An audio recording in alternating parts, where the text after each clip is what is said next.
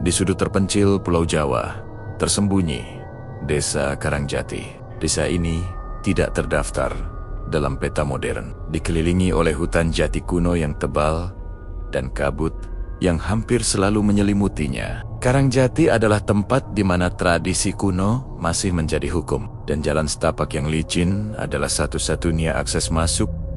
Kesinilah Bima, seorang penulis lepas, dan Kirana, seorang peneliti sosial, memutuskan untuk datang. Mereka tidak mencari ketenangan, melainkan sebuah kisah yang telah menjadi legenda menakutkan.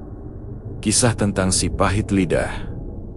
Menurut cerita, dahulu kala ada seorang pertapa bernama Kaki Rogo yang dianugerahi dan dikutuk. Setiap kata yang ia ucapkan akan menjadi kenyataan. Namun seiring waktu, hanya sumpah serapah dan ucapan buruknya yang memiliki kekuatan membawa malapetaka bagi siapapun yang ia tuju. Konon, Kaki Rogo tidak pernah mati, hanya menghilang ke dalam hutan, meninggalkan kutukan yang masih aktif.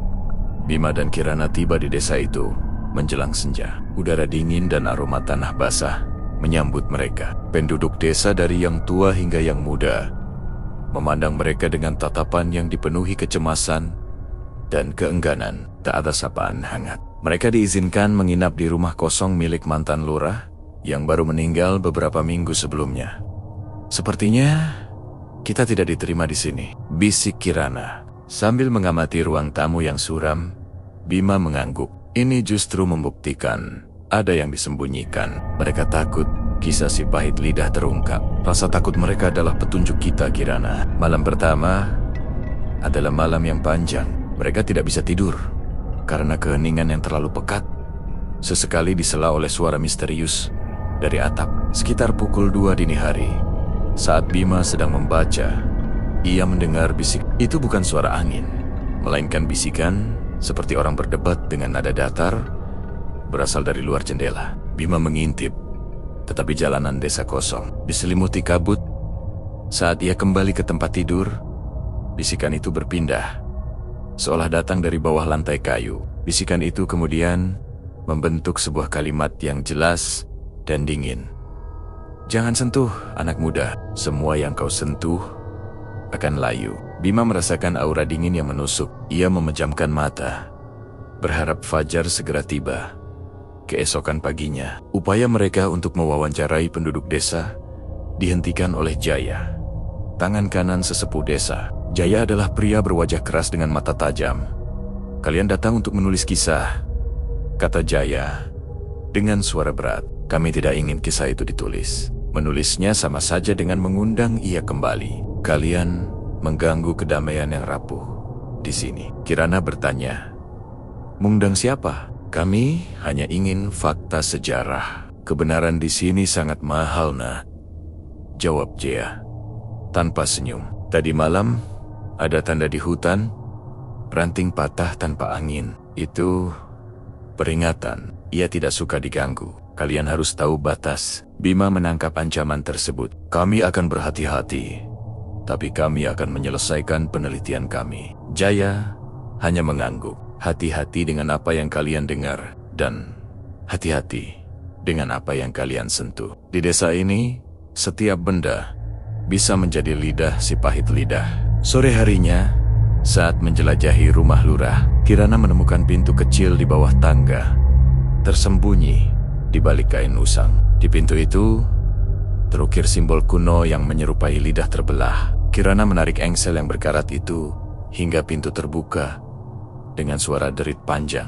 Di baliknya ada tangga sempit menuju ruang bawah tanah yang gelap. Bau kemenyan basi tercium kuat, dan samar-samar bisikan tadi malam terdengar lagi, meratapi sebuah nama.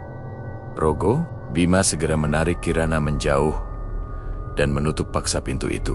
Mereka sadar telah membangunkan sesuatu yang seharusnya tetap tertidur. Malam itu, Bima merasakan sakit tajam di pundaknya. Ia menemukan bekas gigitan serangga yang aneh, bengkak dan berwarna keunguan. Ia teringat kote kata Jaya. Itu bukan gigitan biasa, itu adalah tanda fisik.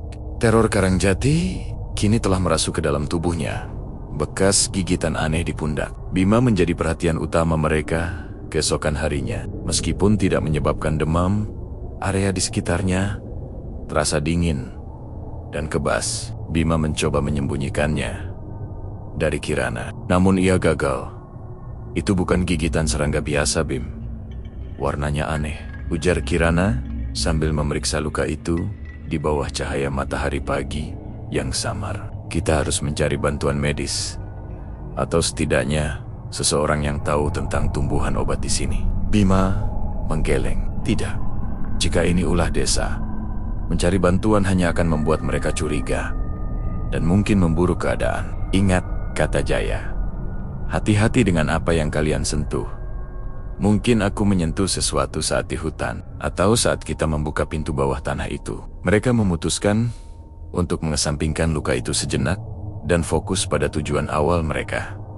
Mencari tahu identitas kaki rogo, si pahit lidah.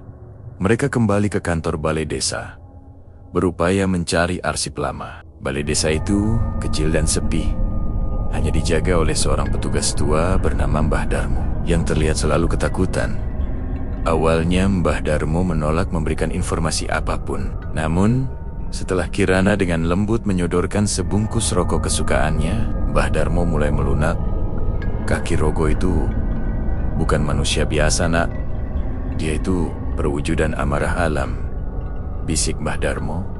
Matanya terus melirik ke pintu masuk, seolah takut ada yang menguping. Dia bukan legenda yang diceritakan untuk menakut-nakuti anak-anak. Dia hidup di masa kini, dalam setiap kata buruk yang diucapkan orang-orang Karangjati. Mbah Darmo kemudian menunjuk ke sebuah buku besar yang tergeletak di pojok meja, tertutup debu tebal. Itu adalah buku catatan kelahiran dan kematian desa yang sudah sangat tua. Lihat di sana, ada jang aneh. Sejak 30 tahun lalu, di bagian kolom penyebab kematian, ada nama yang sering muncul. Nama Jan sama, tapi bukan nama penyakit. Bima dan Kirana segera membuka buku itu. Di halaman-halaman yang menguning, di kolom penyebab kematian, tertulis sebuah frasa yang berulang, kena tulah pahit. Itu bukan sekadar catatan. Itu adalah pengakuan resmi desa tentang adanya kutukan. Lebih mengejutkan lagi, semua korban yang dicatat berjumlah sekitar 13 orang dalam kurun waktu 3 dekade terakhir. Memiliki satu kesamaan. Mereka semua adalah tokoh penting desa, seperti lurah, kepala adat, atau pemimpin kelompok tani. Mereka semua adalah orang-orang yang memiliki kekuasaan dan suara di desa ini. Simpul Bima.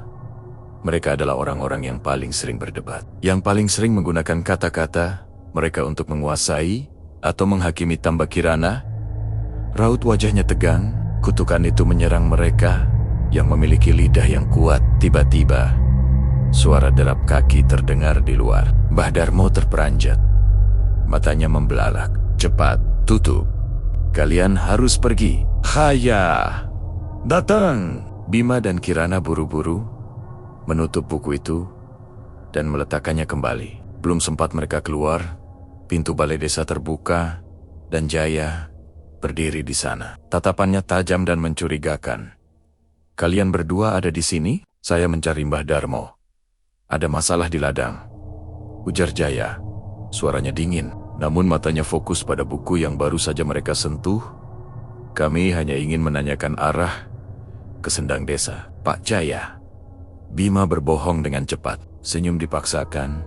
Jaya tidak tampak yakin, tetapi ia membiarkan mereka pergi. Saat mereka berjalan keluar, Bima bisa merasakan tatapan Jaya menusuk punggungnya, seolah Jaya tahu persis apa yang baru saja mereka lihat.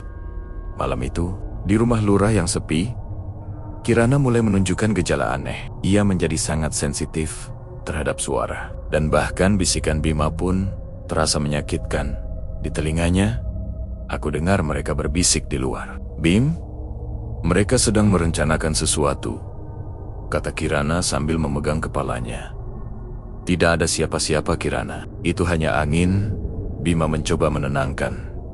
Namun, Kirana menggeleng kuat. Tidak, aku dengar, Bim. Mereka mengucapkan nama Rogo. Mereka bilang, aku tidak seharusnya berada di sini. Mereka bilang aku akan menjadi tumbal berikutnya. Wajah Kirana tampak pucat dan ketakutan. Bima sadar bahwa teror psikologis yang ia rasakan di malam pertama kini berpindah ke Kirana, tetapi dengan intensitas yang lebih parah. Kutukan si pahit lidah tidak hanya menyerang fisik Bima, tetapi juga pikiran Kirana.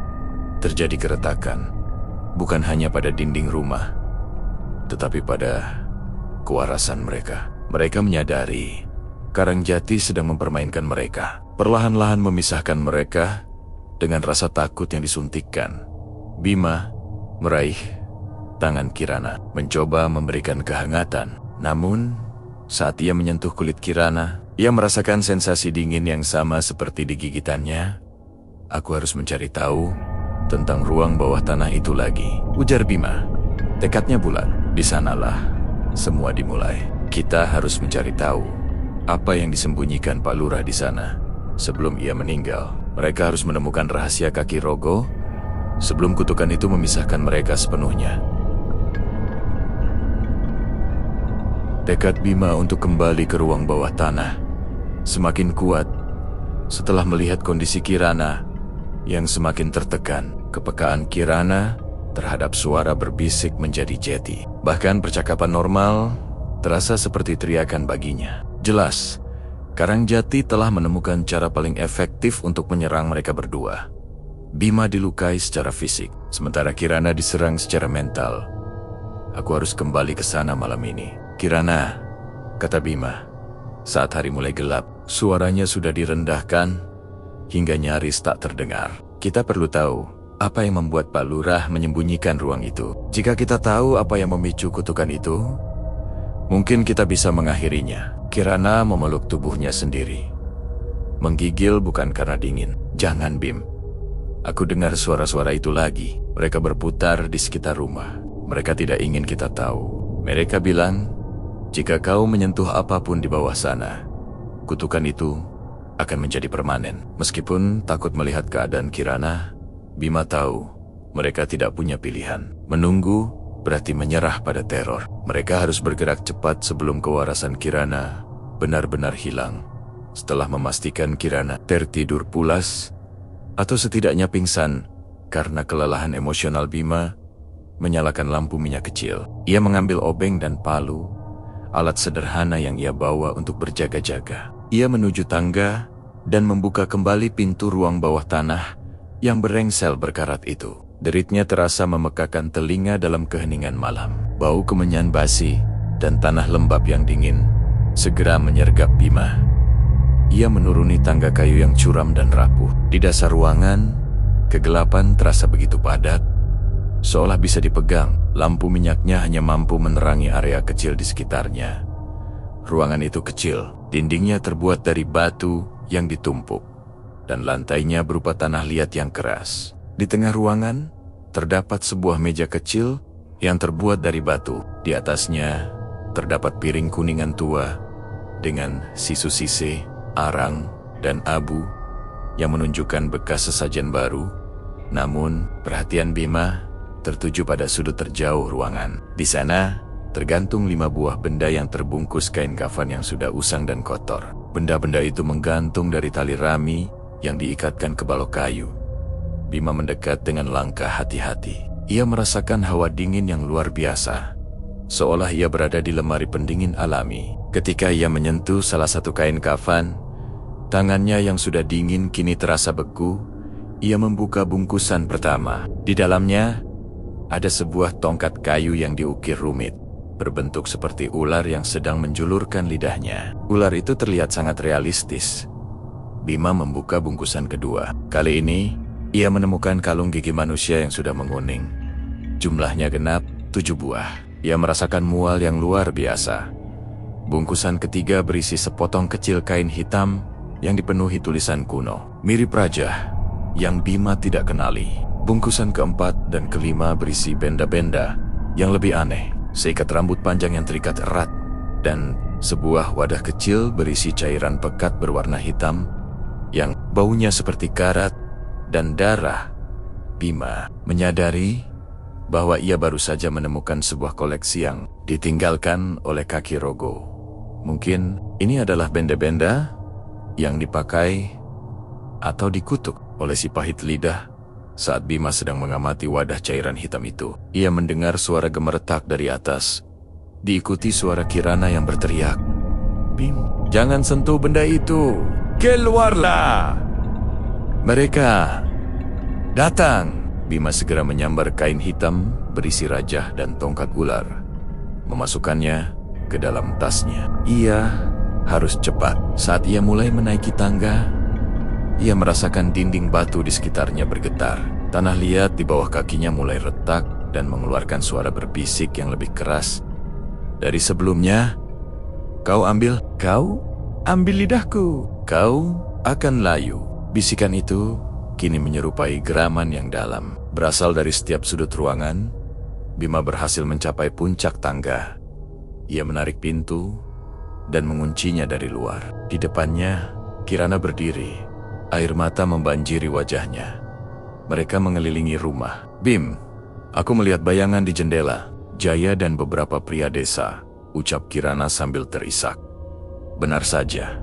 Dari jendela, Bima melihat 4 siluet gelap yang bergerak perlahan di antara pepohonan, membawa obor yang cahayanya hanya menambah kesan menakutkan. Di tengah siluet itu, ia melihat Jaya memimpin mereka, memegang senjata tradisional berupa golok panjang. Jaya berteriak, suaranya parau dan penuh kemarahan. "Kami tahu kalian masuk ke sana. Kalian membangunkan kemarahan Rogo. Kembalikan apa yang kalian ambil, atau kami akan mengambil lidah kalian." Puncak konflik telah tiba. Bima dan Kirana kini terperangkap di dalam rumah lurah yang terkunci, dikepung oleh penduduk desa yang marah dan dikutuk oleh kekuatan gaib yang mereka bangunkan. Bima memegang tasnya erat-erat. Tempat 2 benda terkutuk itu berada. Ia tahu ia telah melampaui batas. Pengepungan oleh penduduk desa yang dipimpin, Jaya telah mengubah teror psikologis menjadi ancaman fisik yang nyata. Teriakan Jaya dari luar rumah bergema, diselingi raungan marah warga desa yang kini berkumpul di halaman depan. Mereka tidak lagi tampak seperti manusia yang ketakutan, melainkan kawanan yang digerakkan oleh satu pikiran. Seolah-olah kutukan si pahit lidah telah merasuki akal sehat mereka. Mereka sudah gila. "Bim," kata Kirana, memeluk Bima erat-erat. Tubuhnya gemetar, tapi rasa takutnya kini bercampur dengan insting bertahan hidup. Bima melihat sekeliling. Rumah itu tua, jendelanya rapuh. Pintu depan hanya terbuat dari kayu yang bisa dengan mudah didobrak oleh massa yang mengamuk. Ia harus memanfaatkan apa yang ia curi dari ruang bawah tanah. "Aku harus mengalihkan perhatian mereka," ujar Bima. Menarik napas panjang, ia mengeluarkan tongkat kayu ukiran ular dan kain hitam berisi rajah dari tasnya. "Tongkat ini mungkin punya arti bagi mereka. Aku akan melemparkannya keluar." Kirana memegang lengan Bima. "Jangan, itu benda terkutuk. Kau akan mengarahkan semua amarah itu padamu." "Justru itu tujuanku," jawab Bima.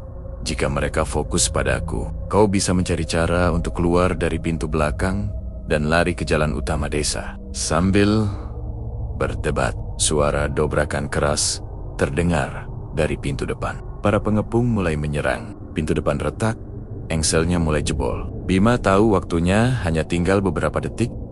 Bima segera menuju jendela ruang tamu. Dengan sekuat tenaga, ia membuka paksa jendela dan melemparkan tongkat ukiran ular itu keluar ke arah kerumunan yang membawa obor. "Ini tongkat kalian, ambil. Tapi kalian tidak akan mendapatkan apapun lagi," teriak Bima. Aksi Bima berhasil mengalihkan perhatian mereka. Ketika tongkat itu mendarat di tanah, kerumunan itu berhenti bergerak. Jaya memungut tongkat itu, wajahnya menunjukkan keterkejutan dan kemarahan yang luar biasa. Tongkat Rogo, raungnya, suaranya, mengandung resonansi yang ganjil. Seolah Jaya adalah medium bagi kekuatan lain. "Kau berani mencurinya, anak muda. Kau akan menanggung kutukan 1000 lidah." Tiba-tiba, tongkat di tangan Jaya memancarkan cahaya hijau samar. Pada saat yang sama, tanah di sekitar rumah seolah hidup. Akar-akar pohon jati di halaman mulai bergerak, mencengkeram pondasi rumah. Suara geraman dalam yang Bima dengar di ruang bawah tanah kini terdengar dari tanah, menggetarkan seluruh bangunan. Itulah puncak konflik gaib. Kutukan si pahit lidah yang diaktifkan oleh perusakan benda-benda keramat dan amarah kolektif penduduk desa kini menyerang secara langsung. Kirana memanfaatkan momen ini. Cepat, pintu belakang. Itu kesempatan kita. Mereka bergegas ke belakang rumah. Pintu belakang adalah pintu kayu tipis yang mengarah ke kebun. Bima menendangnya dengan satu kali tendangan keras. Mereka berdua melompat keluar, berlari melewati kebun yang gelap. Namun, Kirana tiba-tiba tersandung dan jatuh. "Tolong, Bim!" "Kakiku!" rintih Kirana. Ketika Bima menoleh, ia melihat sesuatu yang mengerikan. Kaki Kirana tidak tersandung batu. Seutas akar pohon jati yang tebal, gelap, dan tampak seperti lengan berotot telah melilit pergelangan kakinya. Akar itu bergerak, mencoba menarik Kirana kembali ke dalam kegelapan. Bima menarik Kirana dengan sekuat tenaga. Ia teringat kain hitam berisi rajah yang masih ada di dalam tasnya. Tanpa berpikir panjang, ia mengeluarkan kain itu dan mengikatkannya sekuat mungkin pada akar yang melilit kaki Kirana. Begitu kain rajah menyentuh akar, akar itu bergetar hebat. Asap tipis mengepul dan akar itu melepaskan cengkeramannya dengan suara decitan seperti gesekan tulang. Mereka bebas, tetapi hanya untuk sesaat. Tepat di hadapan mereka berdiri Jaya dan dua orang warga lainnya. Jaya tahu jalur pelarian mereka. Wajah Jaya kini benar-benar terdistorsi. Matanya merah menyala. Ia tidak mengucapkan apa-apa, tetapi ia mengayunkan goloknya. Bima tahu ia harus melawan, bukan dengan kekuatan, melainkan dengan kata-kata. "Kau bukan Jaya, kau dikendalikan oleh Rogo," teriak Bima, mencoba menggunakan taktik psikologis.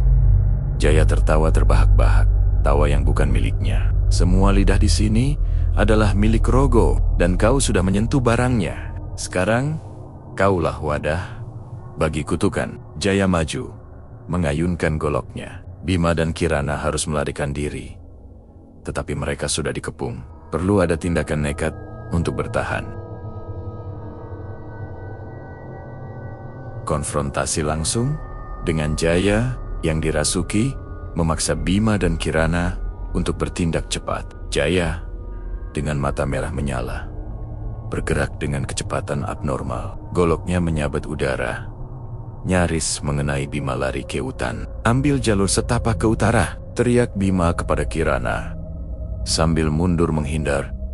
Kirana, meskipun kakinya sakit akibat lilitan akar, berlari ke arah yang ditunjukkan Bima. Bima tahu ia hanya bisa menahan Jaya sebentar. Ia mengeluarkan benda terakhir yang ia curi dari ruang bawah tanah. Wadah kecil berisi cairan hitam pekat berbau karat. "Ini untukmu, Jaya," seru Bima, melempar wadah itu ke tanah.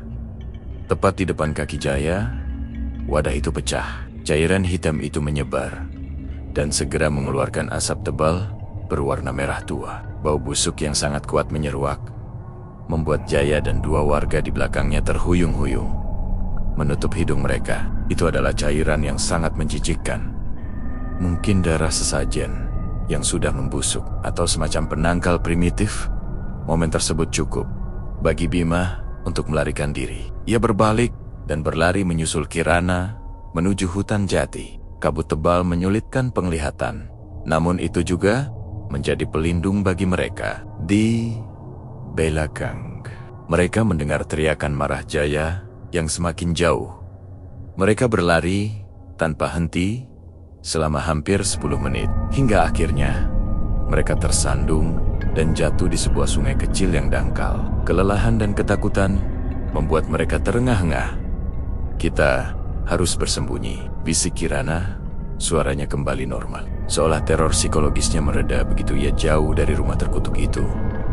Mereka merangkak di balik semak-semak lebat. Setelah memastikan tidak ada suara pengejar, Bima memeriksa keadaan Kirana. Kakinya lecet dan memar, tapi tidak patah. Bima menarik napas lega. Ia teringat kembali pada benda terakhir yang ia curi, Kain hitam berisi rajah yang telah ia gunakan untuk menolak serangan akar. Ia mengeluarkan kain itu, dan kali ini ia membacanya dengan teliti. Aku sudah mempelajari bahasa kuno Jawa kuno. Mungkin ini ada kaitannya, gumam Bima. Ia menyalakan senter kecil dan mulai menguraikan tulisan yang rumit itu. Butuh waktu beberapa menit, tetapi Bima akhirnya berhasil mengurai maknanya. Wajahnya langsung pucat pasi. Bukan karena takut, melainkan karena kebenaran yang baru terungkap. Kirana, ini bukan raja penangkal, bisik Bima. Suaranya gemetar. Ini adalah raja pengikat kutukan. Maksudmu? Tanya Kirana. Bingung, kaki rogo, si pahit lidah, memang memiliki kutukan. Tapi ia tidak pernah mati atau menghilang. Ia mencoba mengakhiri kutukannya sendiri. Ia menciptakan benda-benda ini, termasuk kain ini, sebagai wadah agar kutukannya tidak menyebar ke seluruh desa. Jelas Bima, dengan mata tertuju pada gulungan raja. Benda-benda ini berfungsi sebagai penahan, mengunci kekuatan pahit lidah. Itu sebabnya Pak Lurah yang terakhir menyembunyikannya di ruang bawah tanah. Ia menjaga kutukan itu agar tetap terikat. Tiba-tiba, Bima teringat pada semua korban, lurah, kepala adat, pemimpin desa. Mereka semua mati karena tulah pahit. Mereka semua adalah penjaga, kata Kirana.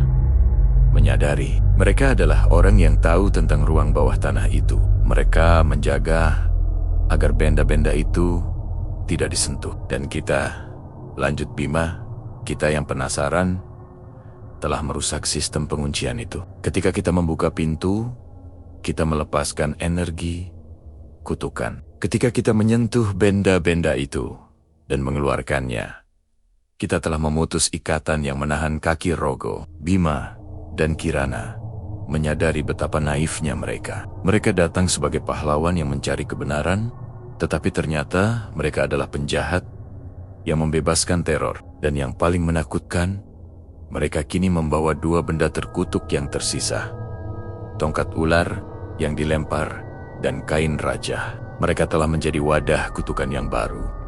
Saat mereka sedang menyusun rencana, mereka mendengar langkah kaki yang mendekat dari arah belakang mereka. Bukan Jaya, melainkan sosok lain. Sosok itu berjalan perlahan, tidak tergesa-gesa, dan suaranya terdengar lembut, tapi menusuk.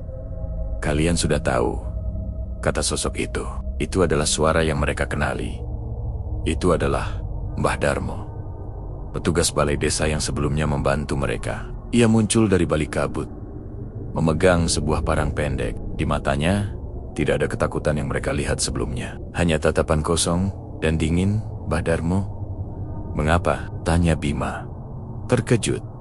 Aku yang memberitahu Jaya kemana kalian pergi. Aku yang membocorkan rahasia buku kematian. Mbah Darmo tersenyum kecil. Akulah penjaga yang sesungguhnya. Aku sudah lelah menjaga rahasia ini selama puluhan tahun. Sekarang, kalian yang akan melanjutkan. Kalian berdua akan menjadi lurah dan kepala adat yang baru. Kalian akan menjadi wadah kutukan ini. Dengan begitu Karangjati bisa damai, seperti yang ia janjikan. Pengkhianatan Mbah Darmo adalah pukulan telak. Mereka tidak hanya dikepung oleh warga yang dirasuki amarah, tetapi juga dikhianati oleh orang yang mereka percaya. Kutukan si pahit lidah bekerja melalui keretakan kepercayaan dan keputusasaan. Bima dan Kirana harus melarikan diri. Bukan hanya dari Jaya, tetapi juga dari Mbah Darmo. Dan yang terpenting, dari dua benda terkutuk yang kini mereka bawa. Pengkhianatan Mbah Darmo menunjukkan bahwa mereka tidak akan bisa lari dari Karangjati tanpa menghadapi konsekuensi dari perbuatan mereka. Mbah Darmo yang kini bertindak sebagai agen rogo memblokir satu-satunya jalur aman mereka. Serahkan benda itu, pinta Mbah Darmo dengan suara datar, mengacungkan parangnya. Terima nasib kalian. Karangjati harus tetap damai. Bima melihat ke mata Kirana. Mereka tidak punya waktu untuk bernegosiasi. Jika mereka menyerahkan benda itu, mereka akan dipaksa mengambil peran sebagai lurah dan kepala adat yang menanggung kutukan, terperangkap di desa ini selamanya. Tidak, Mbah, kata Bima tegas. Kami tidak akan menjadi penjaga baru. Kami akan mengakhirinya. Tiba-tiba, Kirana mengeluarkan ide gila. Ia menunjuk ke arah tebing curam di seberang sungai kecil. Tempat air terjun kecil mengalir deras. Kita harus membuang benda-benda itu di air terjun. Air mengalir mungkin bisa memutus ikatannya. Seru Kirana. Suaranya dipenuhi harapan tipis. Ide itu sangat berisiko, tetapi itu adalah satu-satunya kesempatan mereka. Bima mengangguk sambil menghindari sabetan parang Mbah Darmo. Bima mengeluarkan kain raja hitam dari sakunya. Ini dia yang pertama. Dengan tenaga penuh, ia melemparkan kain raja itu sekuat mungkin ke arah air terjun. Kain itu terbang tinggi, disambar angin, dan jatuh tepat ke dalam arus deras. Begitu kain itu tenggelam, Mbah Darmo menjerit kesakitan yang memilukan. Matanya yang kosong kini dipenuhi rasa sakit, dan ia terjatuh ke tanah, seolah sebagian jiwanya telah direnggut. Rogo, dia marah, rintih Mbah Darmo. Namun, jeda itu tidak berlangsung lama. Dari arah hutan, terdengar suara Jaya yang semakin mendekat. Mereka harus cepat. Tongkatnya, Bim. Tinggal itu, desak Kirana. Bima meraih tongkat ukiran ular yang sempat ia lemparkan, dan Jaya pungut. Ternyata tongkat itu terjatuh saat Jaya diserang asap pekat. Bima mengambilnya, dan saat tangannya menyentuh tongkat itu, ia merasakan sakit luar biasa di bahunya. Di tempat gigitan aneh itu berada. Gigitan itu kini memerah dan membengkak.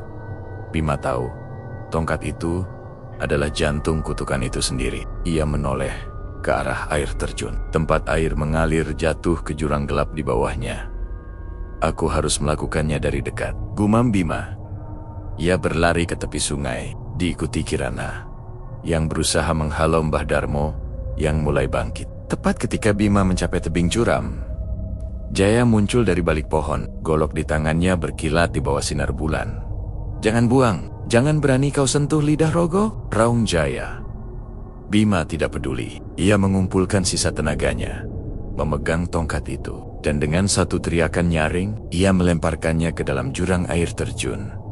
Ketika tongkat itu menghantam bebatuan di bawah dan terbawa arus deras, bumi di Karangjati bergetar hebat. Suara raungan terdengar bukan dari Jaya, melainkan dari tanah itu sendiri. Raungan yang sangat dalam, kuno, dan penuh kesedihan.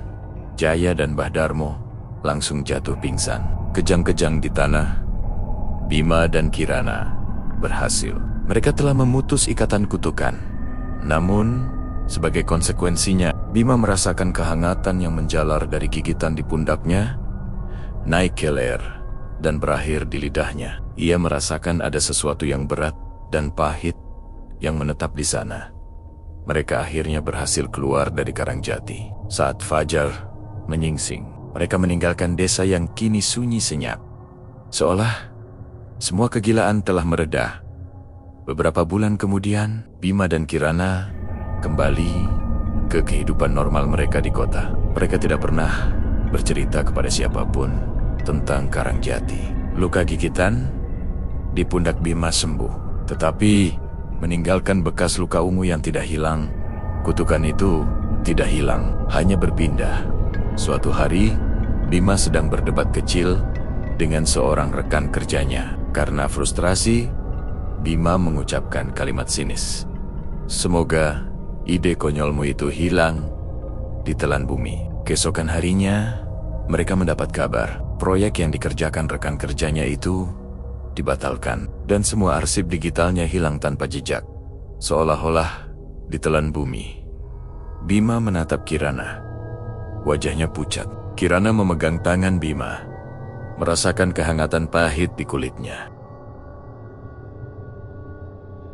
Mereka menyadari Bima telah menjadi wadah kutukan yang baru. Ia tidak lagi menjadi penulis cerita horor. Ia adalah si pahit lidah yang baru. Setiap kata negatif, setiap sumpah serapah, kini memiliki kekuatan untuk menjadi kenyataan. Bima tidak menyelamatkan dirinya. Ia hanya mentransfer petaka itu ke dalam dirinya. Mereka hidup dalam ketakutan abadi, harus menjaga setiap kata yang keluar dari mulut mereka. Itulah Harga yang harus dibayar atas rasa penasaran dan keberanian mereka mengganggu ketenangan Karangjati. Kutukan si pahit lidah kini menjadi rahasia pribadi mereka, sebuah petaka yang harus mereka tanggung hingga akhir hayat.